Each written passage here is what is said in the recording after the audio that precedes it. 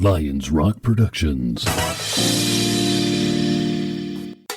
This is Jay Moore. This is Greg Cruz. This is Bryce Vine. This is Dexter from The This Offspring. is Nathan This East. is Sebastian Younger. This is Daryl This is Stuart Copeland. This is Mick Gillette. This is Andy Summit. This is Dr. Bob Greenberg. This is Gabby Reese. This is Rob Bell. Hey, this is John Leon Guerrero. Hey, and this is Pete A. Turner. Hey, I'm Michael Broderick, and you are watching the Break It Down Show. Yes, you are. I'm in Palm Springs, man, hanging out. I've got a mimosa.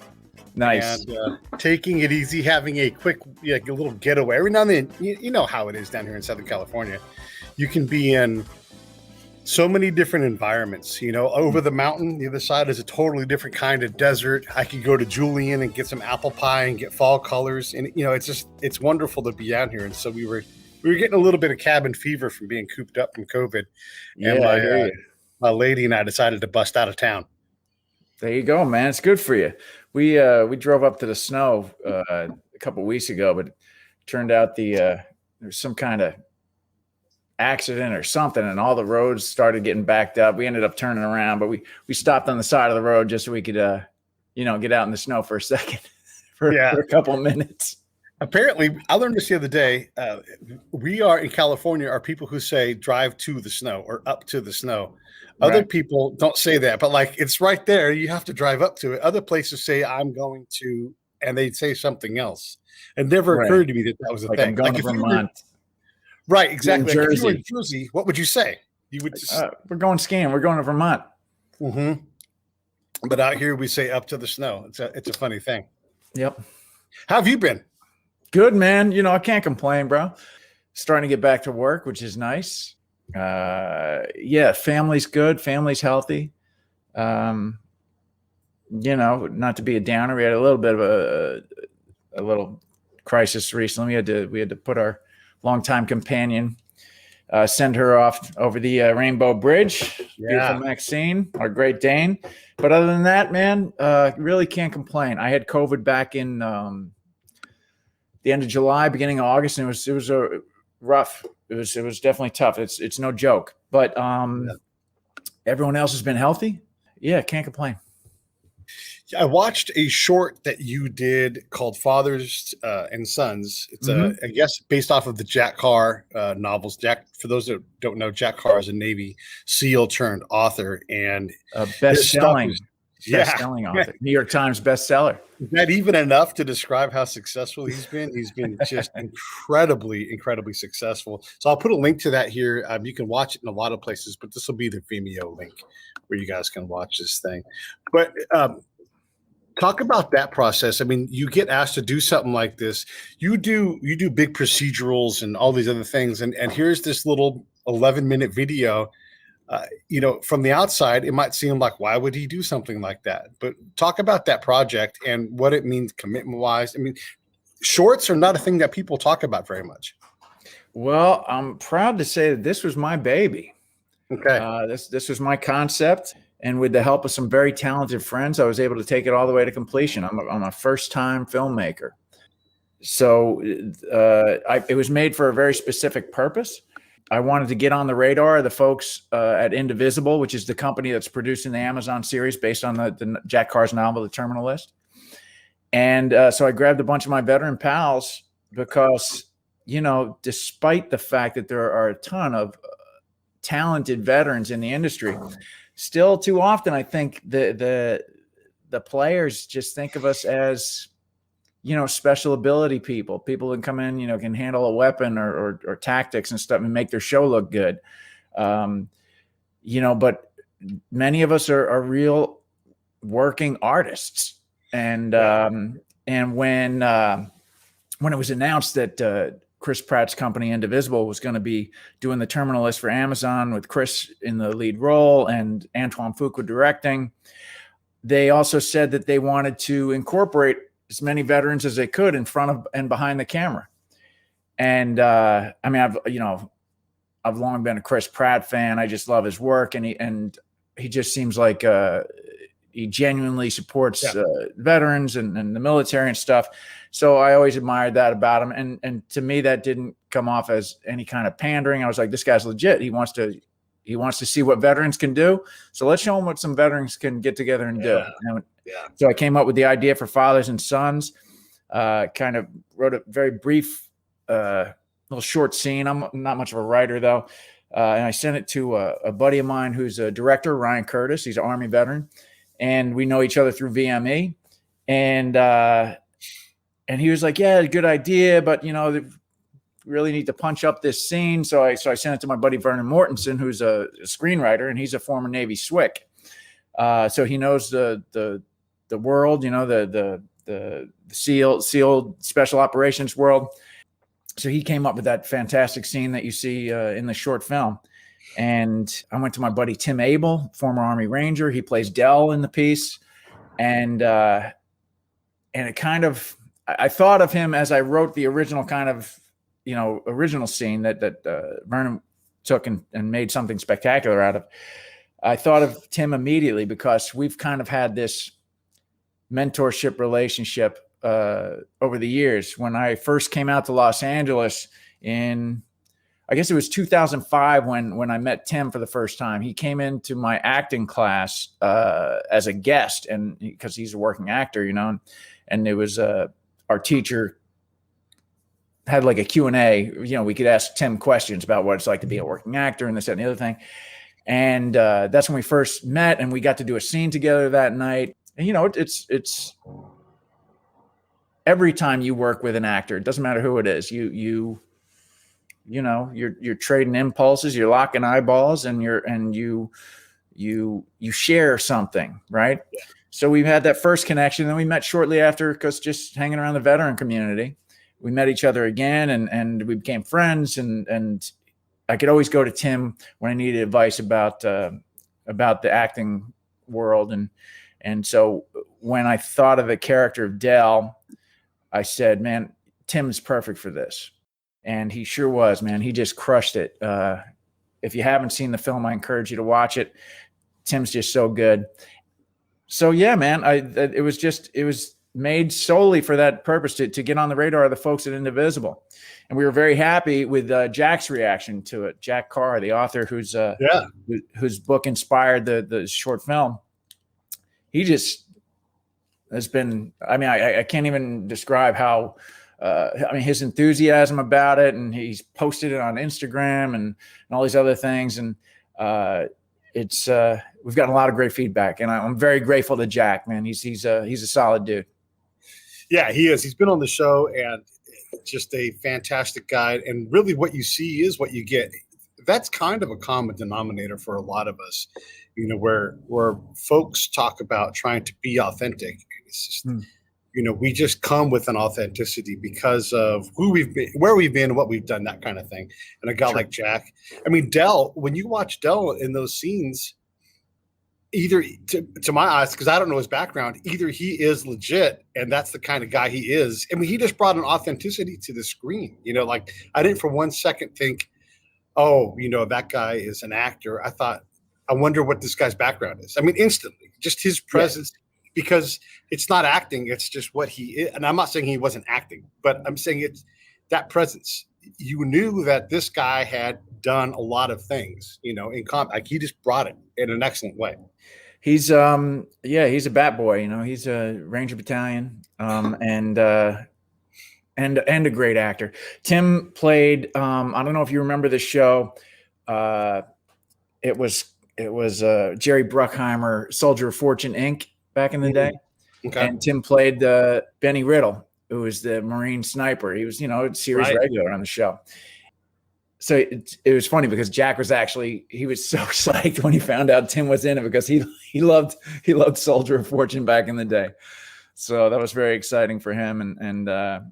And Tim's just great, man. And he really, I'm telling you, he just nails it in this. And working with him on this was just a dream. He's great. Are either of you pool players? No. Back when I would, back during the drinking days, I used to, I used to shoot pool, whatever, in the bars or whatever. As a matter of fact, the first night my wife and I hung out after a show I played or whatever back in New York, we went to the Bleecker Bar and just spent all night shooting pool together. But no, I am not a pool player. And, there were lots of takes. That's gonna be the follow-up. Yeah. Actually, we just started knocking the balls around, and they just edited out the ones that didn't go in, So Yeah.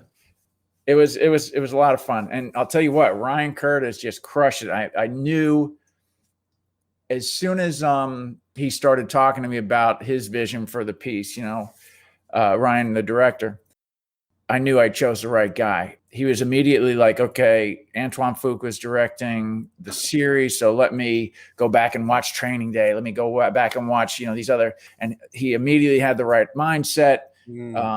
And he put together the crew, the cinematographer, the gaffer, the sound guy, he had his team, Yeah. and everybody worked so well together. We did this on a shoestring budget. A lot of people donated their talents and time. And we got out of there. You don't have to tell me, but can I ask how much did you guys have to pull this off with? $1,000. You don't have to say. How much? $1,000. Wow. Which is nothing.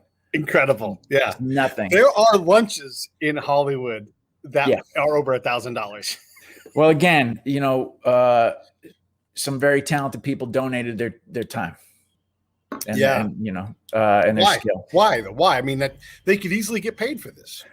Yeah, well, I spent a little personal capital on that. Okay. And I mean, look, you build relationships with people, Tyne Steckline, who's plays Rhonda in the piece. We're in acting class together, and we love working together. So she did me the favor of, I said, hey, would you come and play Rhonda in this piece, And she's like, absolutely. And she's lovely, and she's so talented. And so, I was so happy that she graced us with her time and talent. So I had to take a selfie while we were talking, but that's awesome. Because this is the social media world, I mean, you have to capture these moments. I love it that you do this. And I want to press pause on Fathers and Sons and talk real quick about VME and what that does. Because this is the overall movement, is to grab these veteran creators behind or in front of the camera and mentor and put them to work and support one another. So let's talk a little bit about VME and what it does. Sure. Well, VME has been around, more than 10 years now, I think. I was fortunate to be one of the about a dozen folks who was sitting around a table at some guy's house when the two founders said, hey, okay, you people are all veterans, you all work in the industry. We're going to create this group. What do you guys think? And we all kind of, shot the breeze and traded ideas about what it could be, what it should be, whatever. So I was honored to be there and asked for my opinion. And over the next couple of years, we stood up an organization. I think the first meeting we had like 80 people there, and Dale Dye was our speaker. We had like a keynote speaker, and then we just started growing. Now they've got, I don't know what the last big mark that I remember was 3,000 members, and that's a few years ago. So it's got to be more than that now. And now we're national. We have chapters in New York and DC and Atlanta, I think, but the main one's here in Los Angeles. And the mission was basically, we're not now look, I served on the board of directors a few years ago, but I'm not really involved in leadership anymore. I kind of took a step back, and I'm just a member, Yeah. But so I'm not speaking in an official capacity. Okay. But we were never like a VSO or anything like that. Although we are a 501c3 charity, because it's about educating veterans that want to get into the entertainment industry. See, a lot of veterans, because of their time in service, they've lost those years that they could have that they otherwise might have spent getting in and making connections and building their network and things like that. I shouldn't say lost. They donated those years to the service of the country. So they're automatically behind. And VME likes to try to help close that gap a little bit. With mentoring relationships, with classes. They hold lots of classes. Industry professionals come in and speak or teach. A lot of really fantastic people have donated their time. And so it's about supporting each other. And sure, it's about networking as well, but it's really about education. And sometimes, networks or companies will come straight to VME and say, hey, we have this position we're looking to fill, whether it's a PA or a production assistant or a personal assistant, or look, if you have union guys, we have a couple of roles that really would be great for veterans or whatever it is. And so they really just help facilitate that. And it's been great, man. I mean, I had already kind of started my career by the time VME came around, but I've benefited from access to certain auditions I might not have gotten otherwise. And certainly due to the work of some of the veterans in VME, the networks and the casting directors have become more aware of what we have to offer. But and it's not just actors, man. I mean, there's writers, there's grips, there's sound people. We have a guy who's won multiple Emmys for his sound work. We have a lot of award-winning people in the group. And so if you're not aware of VME and you're a veteran and you're considering the entertainment industry, I encourage you to look them up, Veterans in Media and Entertainment, and sign up, get involved. And if you're not, if you're somebody in the industry that says, hey, you know what, we could use somebody with that skill set, look them up as well.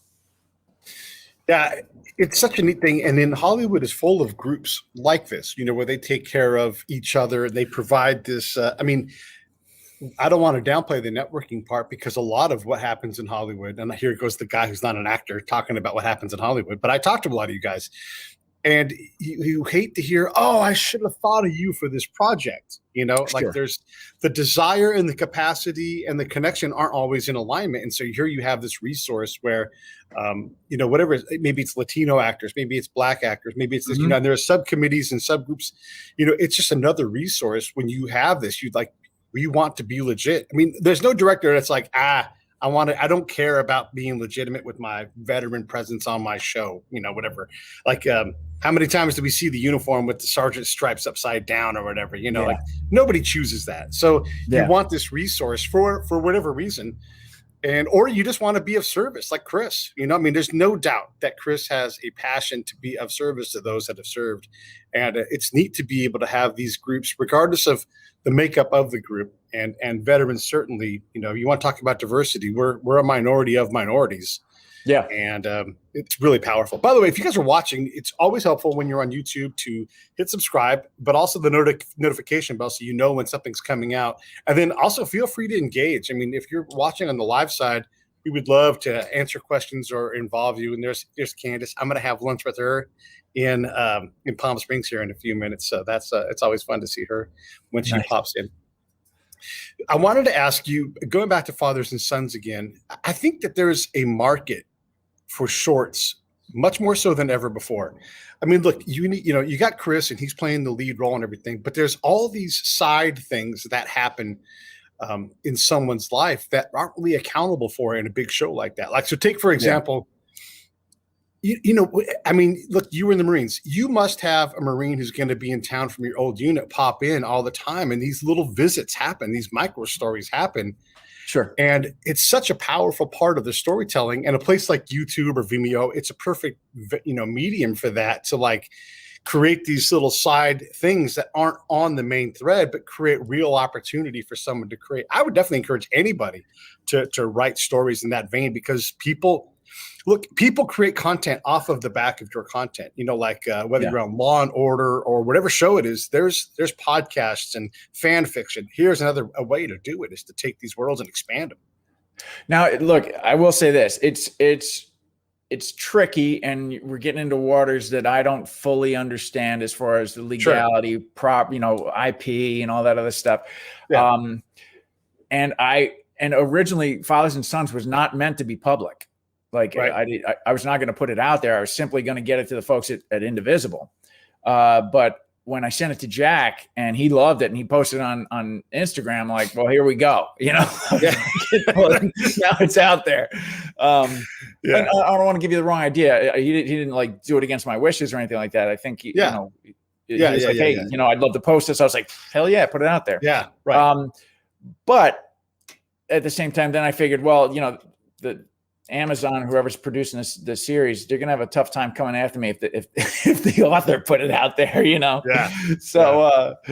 So then after the great reaction I got from Jack's followers on social media and stuff, we said, all right, well, let's see if we couldn't enter it in some film festivals, And so I said, all right, let's dress it up then, because the original version, it had some music that we didn't necessarily clear with anybody because it wasn't going public, you know what I mean? Right. Yeah. And the sound was a little iffy, whatever. So I said, all right, let's dress it up. Let's get let's get some music. We got the rights to use and this, that, and the other thing. And this is where some extra, this is part of that $1,000 that went out there, So we hired a mixer, a professional mixer, does shows for Netflix and stuff like that. And he did a phenomenal job. His name's Hall Cantrell. And he made it sound just excellent. And we got some excellent songs to kind of play through it.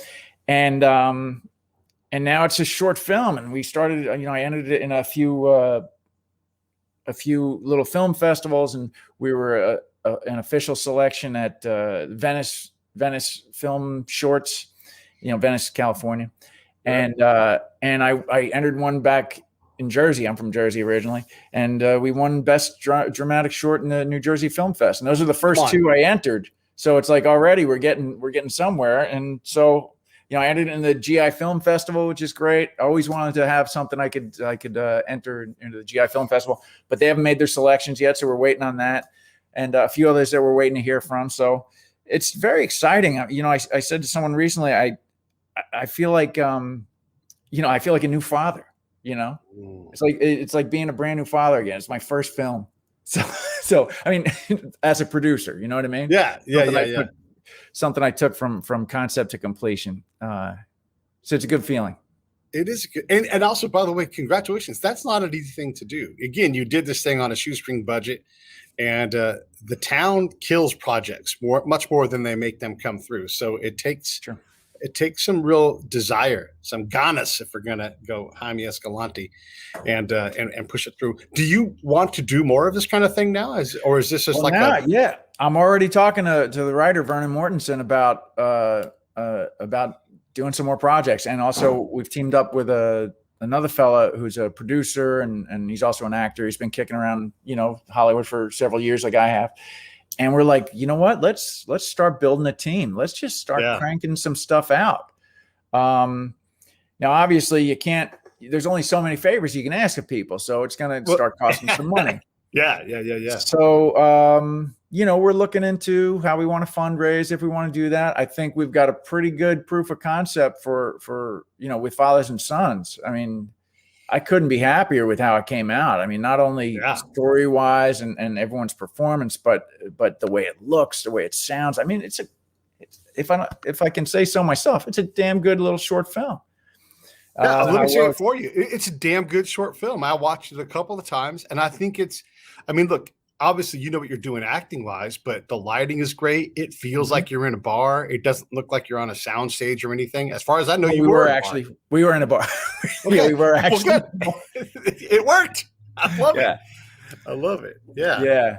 And that goes to the brilliance of Ryan, Ryan Curtis, the director, and Rafe Wolfgang is the cinematographer. Rafe, which is, they had 11 minutes is a long time to spend around a pool table, for today's society. That's very quick edits and crazy stuff. It's almost more like a play, but that's kind of what I was going for. I wanted you to feel like you were inside this conversation. You know what I mean? I wanted you to feel like you were fly on the wall for this. And Ryan and Rafe just made that work, man. They kept it looking interesting, and the camera movement and everything. You don't realize that it's 11 minutes. You know what I mean? At least I didn't feel like you did. No, it's fast. It's fast for sure. And go ahead. I want to say this too. It's important because these really, I mean, maybe not this subject matter in general, but these are what these conversations are like. You know, there's a lot of unspoken communication between brothers and sisters who have done something hard in the military, and we do want to get together. You know, like, oh my God, so and so's coming to town. Yes, I'll go grab a beer with you and play some, whatever it is.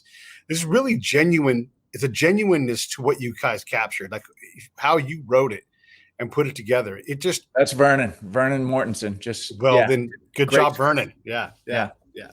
We should have some of these guys on the show too. By the way, I'd love to. Dude, I can make that happen. Boys. Yeah. It's just fantastic, man. I love that you're doing this. I mean, look, acting, and I don't want to undermine your acting stuff because it's hard to be more legit than you are. You're always doing something. Even like this session that we're doing now, it's like, hey, you know, could have an audition or something. I might have to work, and it's like, yeah, because you're an actual no shit actor. Do you ever look at yourself and go, holy shit, I'm an actor in Hollywood. I live in a big fancy place. Not fancy. Your place is very nice though, right? And I don't want to make people think it's like a mansion. I think you have a wonderful home in a beautiful place. Yeah. But yeah, do you ever just pinch yourself? Yes, all the time, man. And it's actually a little crazy. I don't know. I don't think we talked about this last time I was on, but you know when it really, really hit me, man? It was when I was on True Detective, and it was the first. It wasn't the first thing I shot, but it was the first scene that where I had some back and forth with Mahershala Ali, two-time Academy Award winner, right? Yeah. And Stephen Dorff, and we're in the scene. We're in the bullpen, and we're talking about the case and the evidence and this, that, and the other thing.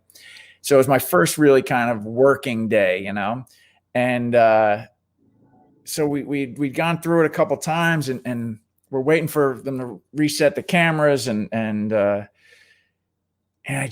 sitting there, and I had a flashback. I'm looking at Mahershala Ali, and I had a flashback to when I was sitting across from Dana, my wife, back in New York in 2003, I guess it was. And I had to sit her down. I was dreading this because I had to sit her down at the kitchen table, and I'm sitting across from her. I say, look, I want you to consider quitting your job, and I want to go out to California. We just bought this apartment on Bleecker Street in West 10th, right? And so we weren't even really, I don't think we were even fully unpacked. Oh my God. And I said, I want, I gotta go to California, and I gotta go try to be an actor because I wanted to get into The Pacific on HBO. And I said, I got to do this. Life's too freaking short. It wasn't too long after 9/11. And I was like, I gotta do what I want to do, And I was so afraid of what she'd say, like, no, what are you, crazy? We can't do this, blah, blah, blah. My son was only like 18 months old at the time, if that. And so as I was sitting there all I could think was, holy crap. I thought my life was going to end because I had to try and, have this conversation with my wife. And now I'm sitting across from a two-time Academy Award winner, and I'm waiting for Nick Pizzolatto to say action. Right. And and the weight of that just kind of, I was like, I did it. You did it. I said, I'm here, and, man, I'm starting to get like a little emotional. It was, good. It was huge. And I think about that all the time. I'm so grateful to Dana forever. Really. Now that you're more adult than you were back then, not that you weren't adult then, but you're just more seasoned and everything. Would you slap yourself for 1 second and doubting how down Dana would be? Because the lady that I met, by the way, and I'll put her episode up here too. The lady I met, she's ready for all that stuff. She's ready to go get it and do it, Yeah. I mean, it's one of the reasons I married her, but still, you got to think we were only married a couple of years at that point. And, we had a new baby, and you never know. You never, and look, we were doing pretty well in New York. Mhm. I had been doing voiceover work already, and she had an excellent job, and yeah, man. So we just bought a great apartment on Bleecker and West 10th in Greenwich Village. I mean, we were doing all right. You were doing it. Yeah. Yeah. And so it's difficult when you don't have anything to lose, man, it's easy. It's easy to take risks. But when you've set up a nice little life for yourself, and you're like, you know what, let's throw all this away and let's go try something completely different. And it's not like something simple with an easy path. It's you picked something that, I'm going to go sit across from Nick Pizzolatto as he tells me when go, and I'm looking at a who's going to be a 2-time Academy Award winner. It's pretty. Yeah. Yeah. But It's good for you. It was like I said, like it really struck me in those minutes in between takes, I was like, holy S, I was like, here I am. Yeah. So, it was cool, man. And I still think about it every day. I'm fortunate now. We have a place in Los Angeles where when I look out my kitchen window and I'm drinking coffee by the sink, I can see across town. I see the Hollywood sign every morning. It's incredible. Your place is incredible. Oh, thanks, man. But I don't know, man. Like, what was it? Jack Carr says, never tell me the odds, right? You say it's hard to do. Don't tell me the odds. Say I won't. Like I think I told you before that if there's one thing the Marine Corps taught me is that if I set my will to something, I can do it. So, yeah. Thanks, Marine Corps. Yeah, thanks, Marine Corps. I want to open the scope a little bit here. Sitting across from Nick Pizzolatto. So Tony Toast has become a bit of a friend of the show. I'm not going to say we're well acquainted. Mm-hmm. And, Nick was sort of his pathway in because he and Nick were students together and poets and all these kind of things. And Nick wrote something and it was so good. He basically walks into Hollywood in a way that nobody ever has. And then they're like, Jesus, if you're this good, who else do you know? And he's like, I know Tony Toast. And so next thing you know, Tony walks in and he basically takes over Longmire as a writer and becomes a producer. I mean, it's just insane how like these two guys and how they get there. So Nick is probably pinching himself while you're pinching yourself. Right. And then Mahershala, I mean, what a rise he had too. And great, man. So great. It's incredible. Yeah. He really is great. But everybody that worked on that I worked with was just phenomenal. Oh, and Tony, I mean, Longmire's on my, target list. Certainly was. Anyway, man, it was a good time. It was a good time. And then I want to take a minute and spend it. So first off, Michael's been on the show before, and you can check that out here. Here's the link to that. But also, your wife was on because I love the British Baking Show, and I love all of the versions of the Great Baking Show. And your wife, Diana, was on and was a finalist in one of the seasons on the American version. And so we had her on. The first question I have is, how in the world? I've had her palmiers. How in the world do you stay skinny with that lady baking all the time? I mean, how? I'm actually on I'm doing the keto thing right now because I looked at I don't want to say anything, but I looked at myself in Fathers and Sons. Yeah. And I was looking at my belly a little bit. I'm like, couldn't we edit that a little, crop that a little higher? And I was like, I got to get in shape, because dude, it's rough around my birthday and Christmas and all that. And she just bakes, and she's not just baking, but she's a wonderful cook. And it's easy. It's easy to kind of, have a little, spaghetti carbonara today, followed by a little just a little cheesecake, a little bit, little more, well, there's still cheesecake in the fridge. Don't want it to go to waste. So I've been very, very good since January, and it's coming off. So I'm getting getting back in shape. I've been a little bit lackadaisical too. I got to get back in the pool, and I got to get in front of some more proteins and less carbs. It's especially right now when you're at home and you're like, well, Dude, it'll kill you. It'll kill you. I'm telling you, COVID is like or the lockdown. Whatever. It's you got to do something. I've always not always, but for the past year or 2 years now, I've been working out. Please excuse me. Doing the Armor Up program, Don Rosso's program, which is just fantastic. And that keeps me in shape, but there's in shape. And I say to Dom sometimes, I got to do some Hollywood workouts, which are like the curl and the, curls and stuff like that. And the Hollywood thing is a little bit different than being functionally fit. Yes. I bet you're functionally fit, and I think I'm functionally fit, but for Hollywood, you got to get rid of the punch. There's a thing I've noticed recently, and I don't watch a lot of TV and stuff, but I watch enough that I think Hollywood actors in general are getting a little bit too physique driven. They're not like they're too muscular. Like you're in a period piece and you look like you're on this powerful, modern diet that gets you this, wonderful physique. But it's like it's too modern. Like, where is the farmer muscle, where you can go out and work all day? Have you noticed this at all, where guys are just like overly fit for the role that they're in? The guys have been talking about that for a few years. I mean, several years, when I talked about my first acting class and all that, my teacher was Morgan Shepherd.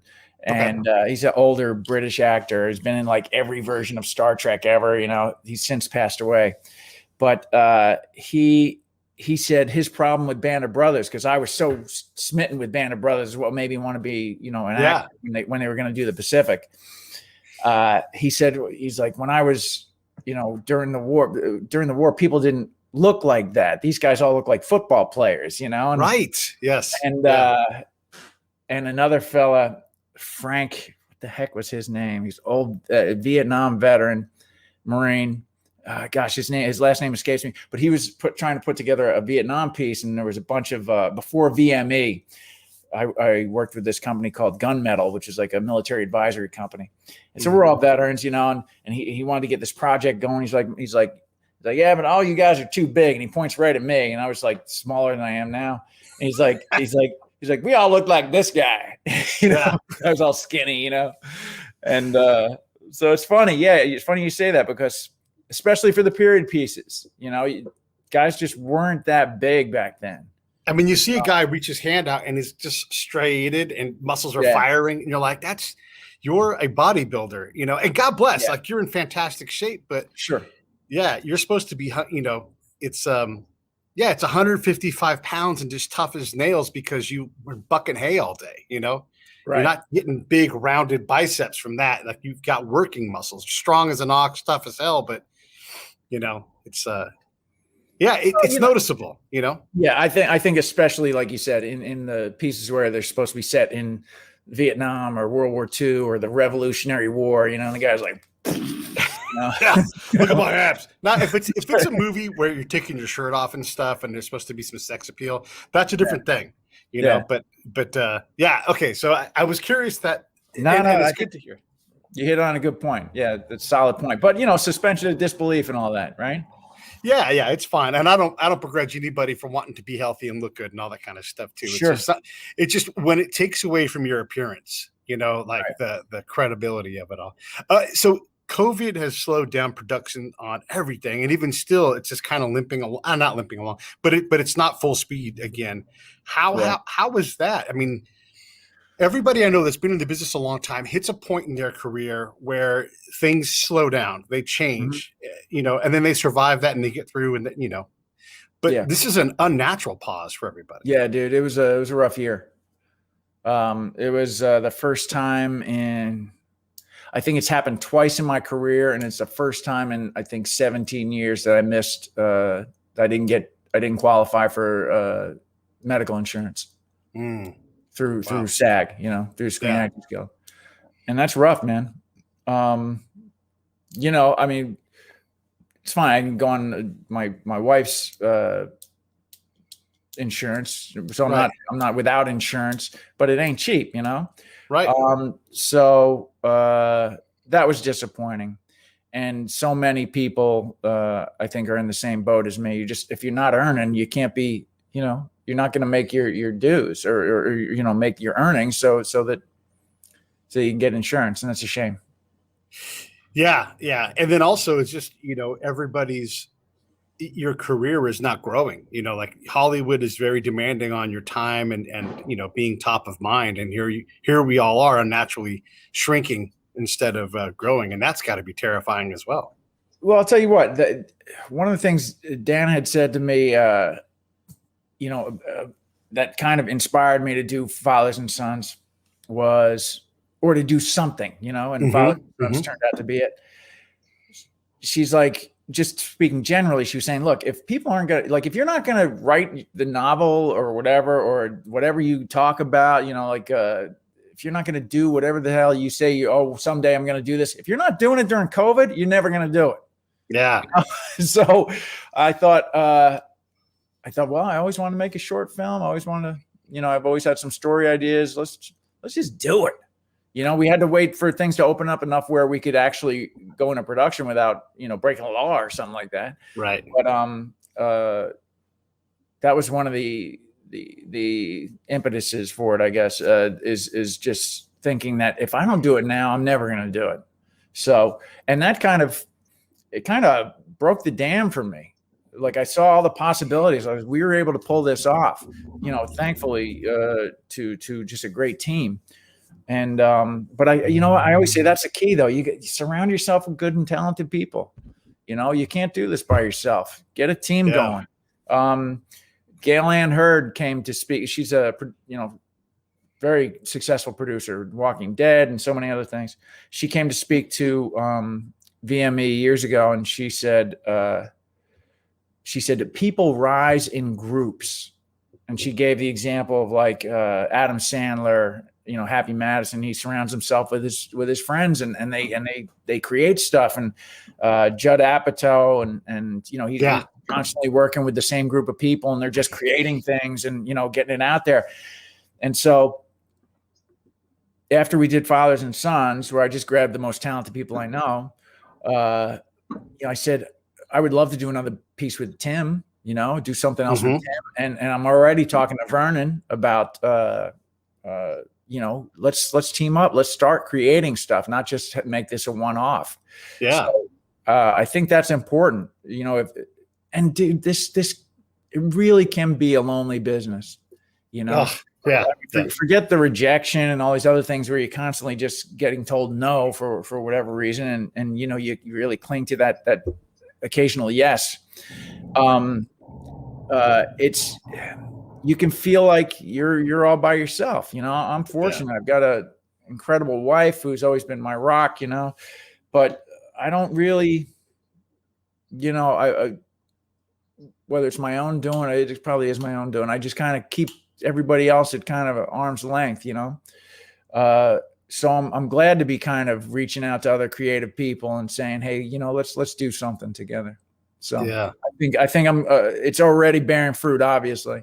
So I want to keep that momentum going. I love it. Yeah. What other projects are you on or that you can talk about right now? Anything else out there? Well, I just, we're waiting for it to find a home right now. There's a great project called Phoenix. It was directed by Brian Lambert, stars Lorraine Price and Kathleen Kinmont. I'm in several episodes. I have a recurring role in it. And I partnered up with Garrett Wang from Star Trek Voyager. So that was cool. We were partners in it. Yeah. And it's like a thriller kind of. Love it. Spy kind of thing. And I play a government agent who you're not sure which side he's playing, and it was a lot of fun. So that's all in the can, they're editing Nice. All that other stuff, and they're trying to find a home for that. It'll end up on one of the streaming services, I'm sure. So Phoenix, be on the lookout for that. I actually had the opportunity to shoot a film for the Asylum called Meteor Moon. And that was an experience. If you're unfamiliar, Asylum is the company that did like Sharknado and they do a lot of disaster films. And we've had them on the show before. David Michael Latt has been on the show, and those guys know what they're doing. It might seem like Sharknado's a joke, but they make money with these movies, and they shoot them in 6 days. Yeah, they move very fast. It was like actor boot camp for me, which was awesome. Like now when a audition comes in and it's 12 pages long and they want it tomorrow, I'm like, 12 pages, that's nothing. The final day of Meteor Moon, we shot 29 and a quarter pages. Typically on a film, you shoot 5 pages. We shot 29 and a quarter pages in one day. So yeah. It was tricky, man. But like I said, again, boss, they're already breaking down, getting the next thing. No. It's 2 shot, 1 shot, 1 shot, moving on. 2 shot, 1 shot, 1 shot, moving on. So, it was like speed dating for actors. Yeah. I mean, that's faster than soaps. Those guys are like sprinters for sure, but they do it each week. But those guys, you have to be able to do specifically, like that's very specialized kind of acting that they do. And the same thing with the guys over there at Asylum. It's remarkable what they do. It's crazy that the amount of content they put out in a year. It's just unbelievable. I mean, we shot it, and 2 months later, it was on VOD. I'm like, holy crap. Yeah. So it was a great experience for me though, because I got to feel what it was like to be the lead actor in a film, and number one on the call sheet, woohoo. But to not be a guest on someone else's project, you know what I mean? I mean, it wasn't my project, but being a lead actor, there's certain responsibilities you have, So to feel that even for a brief time, the 6 days we shot the entire film, was a great experience. And it's funny because, the Asylum, God bless them, but they're not known for like making masterpieces. These are B movies and they're fun. Yeah. When it came in and I said to my wife, I said, Dan, do I want to do this? It's like, I'm coming off True Detective. I'm going to do this, that, and the other thing. And she goes, wait a second.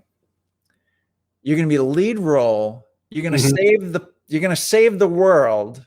She's like, if you're not going to do this, why the hell are you doing this? Yeah. I said, you're right. Awesome. I got to do it. So it was fun.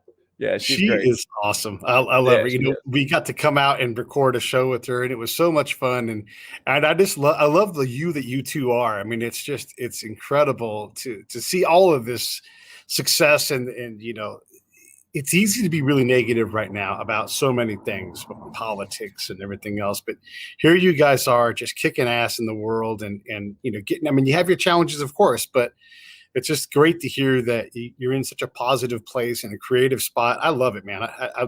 I can't wait to talk to you again about the next things that you're working on. It's just so fantastic to hear such positive things. Well, I think if anything, COVID's brought us even closer. I mean, being at home together and stuff.